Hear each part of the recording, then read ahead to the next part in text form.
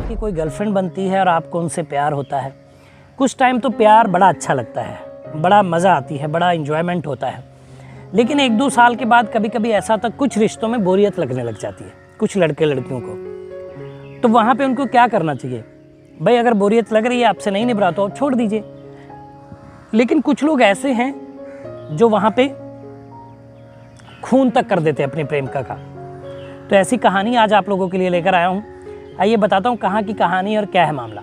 अनसुलझे रिश्तों को सुलझाती एक डोर, यानी कि मैं आपका लव गुरु। नमस्कार दोस्तों, मैं हूँ युवराज सिंह और आप देख रहे हो मेरा यूट्यूब चैनल लव गुरु युवराज। दोस्तों आशा करता हूँ आप लोग स्वस्थ होंगे, मस्त होंगे और अपनी लाइफ को एंजॉय कर रहे होंगे। दोस्तों कहानी शुरू होती है मुजफ्फरनगर से और पहुँच जाती है उत्तराखंड।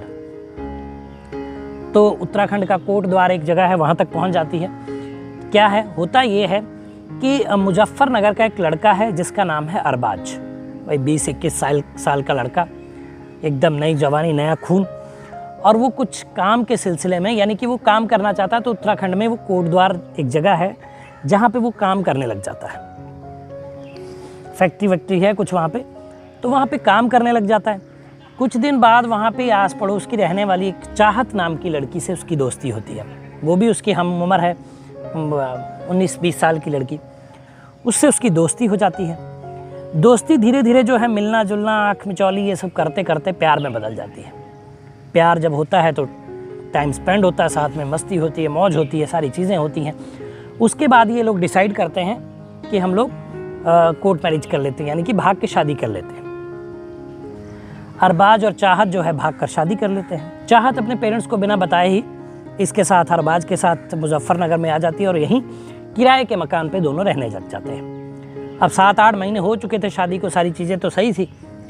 लेकिन एक रात ऐसा होता है कि ये अपने दोस्त को बुलाता है और चाहत सो रही है। उसको इसकी जानकारी भी नहीं थी कि उसके साथ क्या होने वाला है। अरबाज और उसका दोस्त हाथ पकड़ते और उसका गला दबाकर उसकी जान ले लेते हैं। गला काट देते हैं, हाथों के पंजों को अलग कर देते हैं शरीर से और ये एक बहुत ही दर्दनाक मौत उसको देते हैं। उसके बाद ये शरीर को अलग पैक करते हैं, सर को अलग पैक करते हैं, हाथ के पंजों को अलग पैक करते हैं। मुजफ्फरनगर में एक नदी है जिसका नाम है काली नदी, नियाज़पुर एरिया में पड़ती है। वहाँ वो उसकी लाश को लेकर जाते हैं। अच्छा, लाश को जब फेंकने लगते हैं तो वो जलकुंभी एक पेड़ होता है, प्लांट होता है जो उसमें पैदा होता है पानी में, ठीक। तो वो रहता है, तो वहाँ पे ये फेंकते हैं तो लेकिन ये सफल नहीं हो पाते। लाश बह नहीं पाती और फंस जाती है। ये फिर से उसको पैक करते और वापस ले आते हैं घर। अब वापस लाने के बाद भाई ये भी होता है कि फेंकना तो था ही। फिर फेंकने के लिए जाते हैं और उसी दौरान कोई इनको पुलिस को जानकारी दे देता है और ये अरबाज को पकड़ लेती है। पुलिस घेर लेती है, पकड़ लेती है और जो है शाहरुख, जो इसका दोस्त जिसने साथ दिया था मर्डर में, वो भाग जाता है, भागने में कामयाब हो जाता है। पुलिस पकड़ती है तो लाश बरामद करती है। सिर कटी लाश है एक बोरे में और एक जगह पे उसका सर और उसके हाथ के पंजे हैं, यानी कि इतना कटा हुआ हाथ। पुलिस थाने ले जाती है, लाश को पोस्टमार्टम के लिए भेज दिया जाता है और फिर इनसे कड़ी पूछताछ की जाती है। तो ये जो अरबाज नाम का शख्स है ये बताता है कि ये मेरी वाइफ थी, 7-8 महीने पहले हम लोगों ने शादी की है और हम लोग साथ रह रहे थे।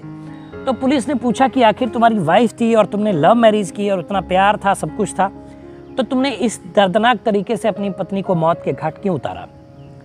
तो अरबाज टूट जाता है और बताता है कि मुझे ऐसा लगता था कि मेरी पत्नी के अवैध संबंध है मेरे अलावा भी, और वो मेरे बहुत पैसे खर्च करवाया करती थी, बहुत खर्चीली औरत थी।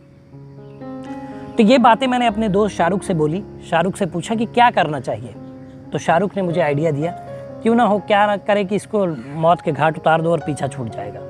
क्योंकि वैसे तो ये अपने वापस घर जाएगी नहीं, क्योंकि अपने पेरेंट्स को बता कर नहीं आई और तुम्हारे साथ इसने लव मैरिज की है, तो सारी जिम्मेदारी तुम्हारी है। कब तक यार तुम इस पर पैसा खर्च करते रहोगे, और ये जो है बदचलन भी है।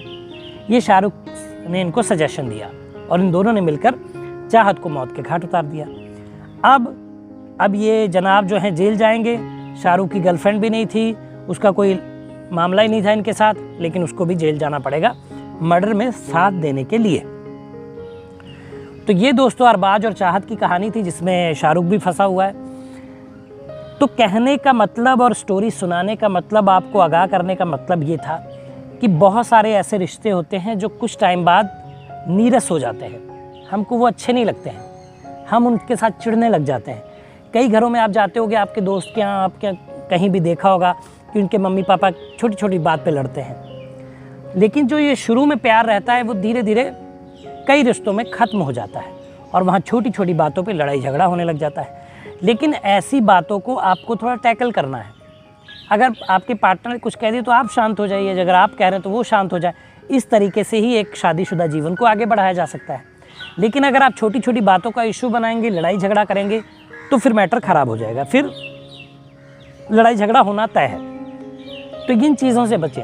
और अगर आपको लगता है कि बिल्कुल ही नहीं निभ रही है, तो मेरे ख्याल से तलाक, डाइवोर्स गवर्नमेंट ने इसीलिए बनाया कि अगर दो लोगों के परस्पर संबंध अच्छे से नहीं चल रहे शादीशुदा जीवन में, तो वो दोनों अलग होकर अपने अनुसार अपने जीवन को जी सकते हैं। इसमें कोई क्राइम नहीं है, कोई गुनाह नहीं है, कोई बुराई नहीं है।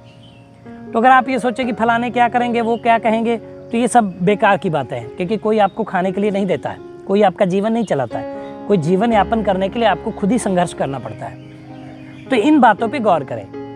तो अगर नहीं निभ रही है तो अलग हो जाए, पति पत्नी है तो, और गर्लफ्रेंड बॉयफ्रेंड है, नहीं निभ रही तो अलग हो जाए, क्योंकि भाई अभी तो आपकी शादी हुई ही नहीं है। लेकिन किसी को मौत के घाट उतार देना और फिर खुद जेल जाना पड़े, वो तो फिर एकदम बेकार हो गया सीन, उसका तो कोई मतलब नहीं बनता है।